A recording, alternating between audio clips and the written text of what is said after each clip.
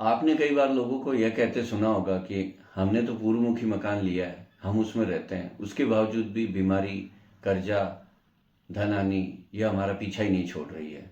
बहुत परेशान हो गए हैं, करें तो आखिर क्या करें। स्वागत है दोस्तों आपका आपके अपने चैनल वास्तु समाधान पर। दोस्तों, आगे बढ़ने से पहले आपसे विनम्र निवेदन है कि यदि अभी तक आपने अपना यह चैनल सब्सक्राइब नहीं किया है तो इसको सब्सक्राइब कर लें और इसके बेल बटन पर प्रेस कर दें। इससे आपको इस चैनल पर आने वाला हर वीडियो सबसे पहले मिलने लगेगा। और इस वीडियो में हम आज आखिर में एक टिप भी बताएंगे जो हमारे वास्तु उपयोगी रहेगा हमारे घर के लिए। तो वीडियो में आखिर तक बने रहें। हाँ तो दोस्तों, हमारा आज का चर्चा का विषय है पूर्व दिशा का प्रवेश द्वार। अधिकतर हमने ये लोगों को कहते सुना है, जैसा कि हमने पिछले वीडियो में डिस्कस भी करा था कि कुछ लोग कहते हैं पूर्व दिशा, पश्चिम दिशा, उत्तर दिशा का मकान लेना चाहिए, परंतु दक्षिण दिशा का नहीं लेना चाहिए। मैंने आपको बताया था कि कोई भी दिशा खराब नहीं होती, किसी भी दिशा में हम मकान ले सकते हैं, परंतु हमारे लिए आवश्यक है कि हम उसका प्रवेश द्वार किस जगह पे रखते हैं। आज का हमारा विषय प्रवेश द्वार क्या ही है। दोस्तों, सभी दिशाएं एक समान है, चाहे वो पूरब हो, पश्चिम हो, उत्तर हो अथवा दक्षिण हो, परंतु सभी दिशाओं का एक पर्टिकुलर स्थान होता है। उस स्थान पर यदि हम प्रवेश द्वार देते हैं तो हमारे घर में किसी भी तरह की नकारात्मक ऊर्जाओं का प्रवेश नहीं हो पाता है। और यदि नकारात्मक ऊर्जा हमारे घर में प्रवेश नहीं कर पाएगी तो किसी भी स्थिति में हमें किसी भी तरह का नुकसान, हानि नहीं होगी। आज हम चर्चा करने वाले हैं 81 पद के अनुसार किस तरह से हमारे घर का प्रवेश द्वार होना चाहिए। तो सबसे पहले हम अपने प्लॉट को एक कागज पर इस तरह से बना लेंगे। अब इस तरह से उस प्लॉट के आड़े 9 खंड करेंगे। अब हम उसके खड़े भी 9 भाग करेंगे। इस तरह से 9 बाई 9 के 81 खंड हमारे प्लॉट के हो चुके हैं। दोस्तों, अब इसमें हम आगे की गतिविधि करते हैं। दोस्तों, हमने 9 बाई 9 के 81 खंड कर लिए हैं। अब बाहर के चारों तरफ के खंडों को इस लाल कलर की लाइन से रेखांकित अलग से कर लेंगे। इसी के हिसाब से हम प्रवेश द्वार की स्थिति को जानेंगे। अब इसमें क्रम से हम नंबर देते जाएंगे 1 से लेकर 9 तक, और ऐसे क्लॉकवाइज चलते हुए हम 32 तक पहुंच जाएंगे। दोस्तों, क्योंकि हम पूर्व दिशा का प्रवेश द्वार का आज चर्चा कर रहे हैं, इसलिए पूर्व दिशा को सामने रखते हुए हम चारों दिशाओं की मार्किंग हमारे कागज पर प्लॉट के लिए हिसाब से कर देंगे। उसके पश्चात हम चारों कोनों की भी मार्किंग कर देंगे। इस तरह से आप चित्र में देख सकते हैं। अब दोस्तों, आपके सामने है यह चित्र, कौन कौन से प्रवेश द्वार हमारे घर के लिए उचित रहेंगे। परंतु आज हम मात्र पूर्व दिशा के बारे में ही चर्चा करेंगे, इसलिए पूर्व दिशा को सामने रखते हुए हम आगे की चर्चा को जारी रखते हैं। पूर्व दिशा में हमें 9 खंड मिलते हैं। 9 खंड के 9 देव हैं, उनके नाम मैंने इस तरह से कागज पर लिख दिए हैं। दोस्तों, अब हम पूर्व दिशा के समस्त 9 खंडों के 9 देवों का नाम लिख लेंगे इस तरह से। प्रथम खंड के देव हैं ईश, द्वितीय खंड के देव है पर्जन्य, तृतीय खंड के देव हैं जयंत, चतुर्थ खंड के इंद्र, पंचम खंड के सूर्य, षष्ठम खंड के सत्य, सप्तम खंड के बृहस्पति, अष्टम खंड के अंतरिक्ष और नवम खंड के अग्नि। इस तरह से ईशान से लेकर आग्नेय कोण तक 9 खंड बनते हैं। इन 9 खंड के 9 देवों के नाम हमने लिख लिए हैं। अब इसमें आप देख सकते हैं कि 3 नंबर और 4 नंबर जो खंड बन रहे हैं उसमें जयंत और इंद्र, ये 2 देवों के नाम हैं।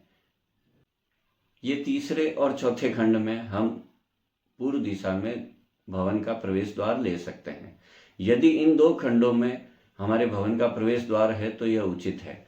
अगर हमारा इन 2 खंडों के अलावा कहीं और प्रवेश द्वार होता है तो यहाँ पर हम इस पूर्व दिशा के मकान को भी उचित नहीं मानेंगे, क्योंकि प्रवेश द्वार यदि गलत हो गया तो फिर मकान की बाकी एनर्जी नेगेटिव बन जाएगी। मित्रों, अब हम सभी खंडों की एक एक करके व्याख्या करते हैं। प्रथम खंड ईश है, जिसे हम शिखी के नाम से भी जानते हैं। यह खंड घर में अग्नि एवं दुर्घटनाओं का सूचक होता है, अतः इस खंड में घर का प्रवेश द्वार रखना अनुचित होता है।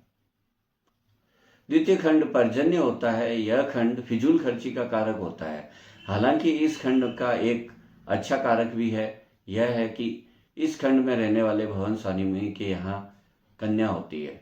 यदि कोई व्यक्ति कन्या चाहता है तो वह इस तरह के मकान में रहे, उसको कन्या की प्राप्ति अवश्य होगी। परंतु क्योंकि फिजूल खर्ची का कारक होता है, इसलिए यह खंड अशुभ माना गया है और इसमें प्रवेश द्वार वर्जित माना गया है। तृतीय खंड जयंत खंड है। यह खंड घर में आर्थिक प्रचुरता, धन की प्रचुरता का है सूचक है, अतः यह खंड घर के प्रवेश द्वार के लिए बहुत ही शुभ माना गया है। इसमें घर में किसी भी तरह से धन की आवक को बहुत ही दुगुना, तिगुना, चौगुना बढ़ोतरी के आसार रहते हैं, अतः यह प्रवेश द्वार के लिए बहुत ही शुभ माना गया है। इसके बाद आता है इंद्र। इंद्र खंड भी जयंत खंड की तरह ही प्रचुर धन की आवक का सूचक होता है। जयंत खंड की तरह इंद्र खंड भी प्रवेश द्वार के लिए अत्यधिक अनुकूल माना गया है। पंचम खंड सूर्य खंड है। यह गलत निर्णय, शॉर्ट टेम्पर्ड और पुत्र नाश का कारक होता है, इसलिए इस खंड में भी गृह प्रवेश की अनुमति नहीं दी जा सकती है। छठा खंड सत्य खंड है। यह अपने नाम का बिल्कुल विपरीत होता है। इसमें गृह स्वामी के साथ साथ घर के सभी लोग एक दूसरे पर शक करते हैं और अविश्वास के कारण ही सभी में आपसी में कलह होती है, और कलह होने के कारण इस खंड को भी अनुचित माना गया है गृह प्रवेश के लिए। भ्रष्ट नामक सप्तम खंड भी अन्य अशुभ खंडों की तरह ही कार्य करता है। यह घर में रहने वालों को एक दूसरे के प्रति लापरवाह और असंवेदनशील बनाते हैं, अतः यह भी प्रवेश द्वार के लिए अनुचित माना गया है। पूर्व दिशा का आठवां खंड अर्थात अष्टम खंड अंतरिक्ष है। यह खंड चोरी, दुर्घटना एवं आर्थिक नुकसान के लिए उत्तरदायी होता है, अतः इस स्थान से गृह का प्रवेश द्वार लेना वर्जित माना गया है। नौवां खंड अग्निखंड है। यह घर की संतान का माता पिता के साथ रिश्ते खराब करने के लिए उत्तरदायी होता है। अगर इस खंड में घर का प्रवेश द्वार लिया जाता है तो बच्चों का अपने माता पिता के साथ में रिश्ता बिगाड़ देता है। जब बच्चों का माता पिता से संबंध खराब होता है तो निश्चित ही तौर से यह घर के लिए अनुकूल नहीं होता है, अतः यहाँ पर भी प्रवेश द्वार लेना बिल्कुल ही वर्जित है। मित्रों, इस तरह से हमने ईशान से लेकर आग्नेय तक 9 खंडों की व्याख्या की है, जिसमें तीसरे नंबर पर जयंत एवं चतुर्थ स्थान पर इंद्र खंड है। यह 2 ही खंड भवन में प्रवेश द्वार के लिए उचित माने गए हैं। इसके अलावा बाकी के खंड प्रवेश द्वार के लिए अनुचित माने गए हैं, अतः हमें इन्हीं 2 स्थानों पर पूर्व दिशा के भवन के लिए प्रवेश द्वार रखना चाहिए। तो दोस्तों, इस तरह से हमारे पूर्व दिशा के प्रवेश द्वार के लिए उचित एवं अनुचित स्थान की व्याख्या का आज का अध्याय समाप्त होता है। दोस्तों, अब बारी आती है आज के वास्तु टिप की।